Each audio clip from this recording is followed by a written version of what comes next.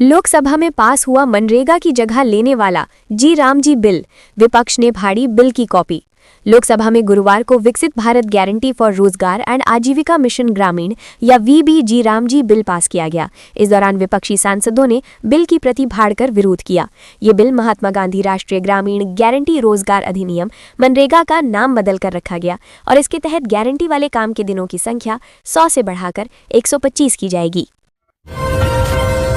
विदेश मंत्रालय ने भारत से अमीर लोगों के बाहर जाने वालों का जारी किया आंकड़ा। विदेश मंत्रालय ने बताया है कि पिछले 5 सालों में 9 लाख से ज्यादा भारतीयों ने भारतीय नागरिकता त्याग दी है। इनमें से अधिकतर लोग व्यक्तिगत सुविधा के लिए विदेशी नागरिकता लेते हैं। गौरतलब है, भारत में दोहरी नागरिकता की सुविधा नहीं है और जब कोई भारतीय विदेशी नागरिकता लेता है तो भारतीय नागरिकता अपने आप खत्म हो जाती है, जो कि भारत की अर्थव्यवस्था के लिए एक बहुत बड़े खतरे के रूप में है। इथियोपियाई संसद में पीएम मोदी के सम्मान में लगभग 90 सेकंड तक दिया स्टैंडिंग ओवेशन। प्रधानमंत्री नरेंद्र मोदी के भाषण के बाद इथियोपिया की संसद में लगभग 90 सेकंड तक खड़े होकर उनका अभिनंदन किया। इस पर पीएम मोदी ने कहा कि इथियोपिया शेरों की भूमि है।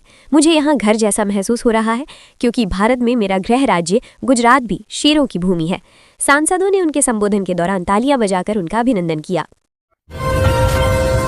2027 के विधानसभा चुनाव को देखते हुए योगी सरकार ने युवाओं को दिया बड़ा तोहफा। यूपी में 2026 में मिलेंगी 1.5 लाख सरकारी नौकरियां।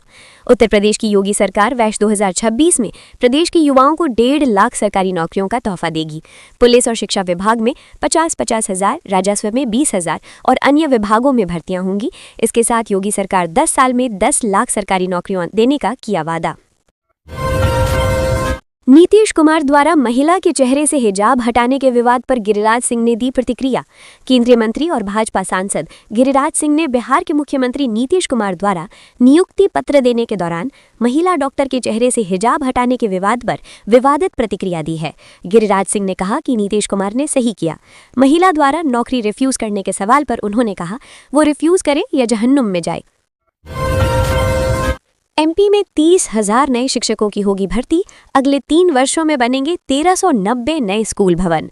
मध्य प्रदेश के स्कूल शिक्षा मंत्री उदय प्रताप सिंह ने विधानसभा में बताया कि प्रदेश में 30,281 शिक्षक पदों पर भर्ती प्रक्रिया शुरू हो गई है और 75,000 अतिरिक्त शिक्षकों की नियुक्ति पहले ही हो चुकी है।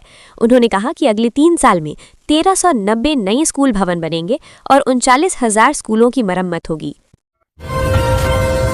एमपी बीजेपी अध्यक्ष व विधायक हेमंत खंडेलवाल ने विधानसभा में बताया कि अमेरिका में 320, चीन में 450 और एमपी में 903 लोगों पर 1 डॉक्टर है। उन्होंने कहा कि राज्य में 52 मेडिकल कॉलेज बनने वाले हैं, जिससे लगभग 10,000 नई सीट उपलब्ध होंगी। बकौल हेमंत ने बताया कि इसका लक्ष्य डॉक्टर मरीज अनुपात में सुधार और प्रदेश को मेडिकल हब बनाना है। किराया मांगने पर यूपी में दंपति ने की मकान मालकिन की हत्या, कुकर से हमला कर टुकड़ों में काटा शव।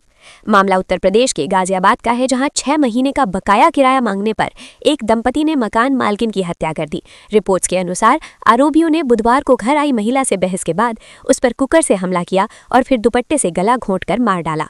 आरोपियों ने शव को धारदार हथियार से काटकर सूटकेस में भरा और बेड बॉक्स में छिपा दिया।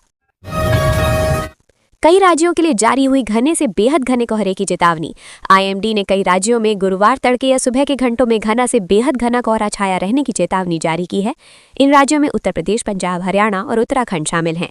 वहीं हिमाचल प्रदेश, बिहार, झारखंड और उड़ीसा में भी गुरुवार तड़के या सुबह के घंटों में घना कोहरा छाया रह सकता है। हरियाणा बीजेपी सरकार को लग सकता है बड़ा झटका। हरियाणा सरकार के खिलाफ कांग्रेस का अविश्वास प्रस्ताव हुआ मंजूर। आज विधानसभा में होगी चर्चा।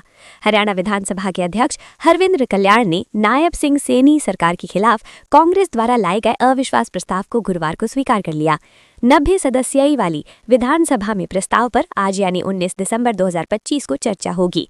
गौरतलब है, राज्य में बीजेपी के पास 48, कांग्रेस के पास 37 व अन्यों के पास 5 सीटें हैं।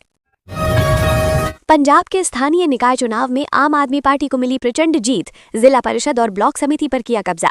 पंजाब में आम आदमी पार्टी ने जिला परिषद की 347 में से 218 और ब्लॉक समिति की 1838 में से 1531 सीटों पर कब्जा किया है। कांग्रेस ने आप पर धांधली का आरोप लगाया था, जिस पर पार्टी के मुखिया अरविंद केजरीवाल ने जवाब दिया है। बॉम्बे हाई कोर्ट को बम से उड़ाने की मिली धमकी के बाद कराया गया खाली, जांच में जुटी पुलिस। कई और अदालतों को आया धमकी भरा ईमेल। मुंबई में गुरुवार को बॉम्बे हाई कोर्ट में तब हड़कंप मच गया जब तमाम कार्यवाहियों को अचानक से रोक दिया गया। जजों ने कोर्ट रूम को खाली करने को कहा। बाद में पता चला कि ईमेल से बॉम्बे हाई कोर्ट को उड़ाने की धमकी मिली है। पुलिस ने पूरे परिसर को खाली करा दिया था। गृह मंत्री अमित शाह 27 दिसंबर को पश्चिम बंगाल का दौरा करेंगे। पश्चिम बंगाल पर भाजपा के नए सिरे से ध्यान केंद्रित करने और केंद्रीय नेतृत्व द्वारा राज्य में पार्टी की चुनावी रणनीति को मजबूत करने के प्रयासों में तेजी लाने के मद्देनजर ये दौरा महत्वपूर्ण माना जा रहा है। पश्चिम बंगाल में 2026 में विधानसभा चुनाव होने हैं।